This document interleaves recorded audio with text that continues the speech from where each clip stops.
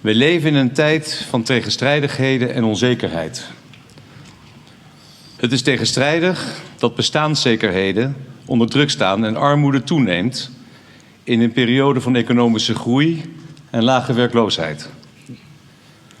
Tegenstrijdig is het dat mensen zich in ons vrije land onvrij voelen om een mening te geven, uit angst voor harde reacties of zelfs bedreigingen.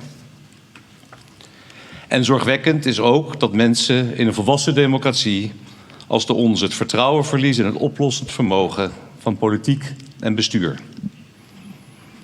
Daarnaast groeit de onzekerheid van mensen over de dag van morgen en de verder weggelegen toekomst.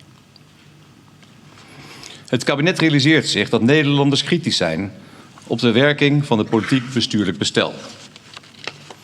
Tegelijkertijd is nog altijd een ruime meerderheid tevreden over het functioneren van de democratie. Voor inwoners van stad en platteland, hier en in Caribisch Nederland. In samenwerking met Aruba, Curaçao en Sint Maarten. Per 1 januari gaat het minimumloon en de daaraan gekoppelde uitkeringen met 10% omhoog. De huurtoeslag en het kindgebonden budget worden hoger.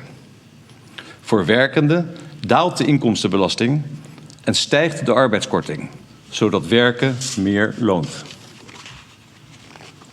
Deze maatregelen worden onder andere gedekt door hogere belastingen op winst en vermogen, waarbij het midden- en kleinbedrijf zoveel mogelijk wordt ontzien. Uiteraard steunt het kabinet de inwoners in Caribisch Nederland op Bonaire, Sint Eustatius en Saba, die ook te maken hebben met stijgende prijzen.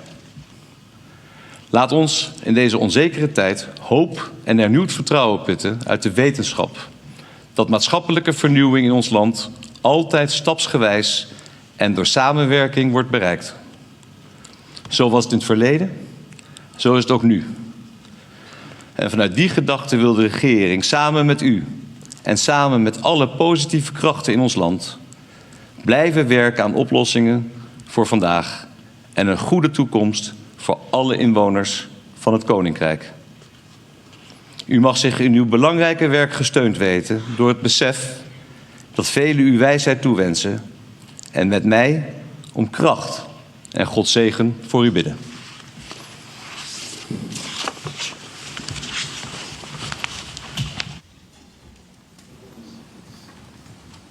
Leven de koning! Hoera! Hoera!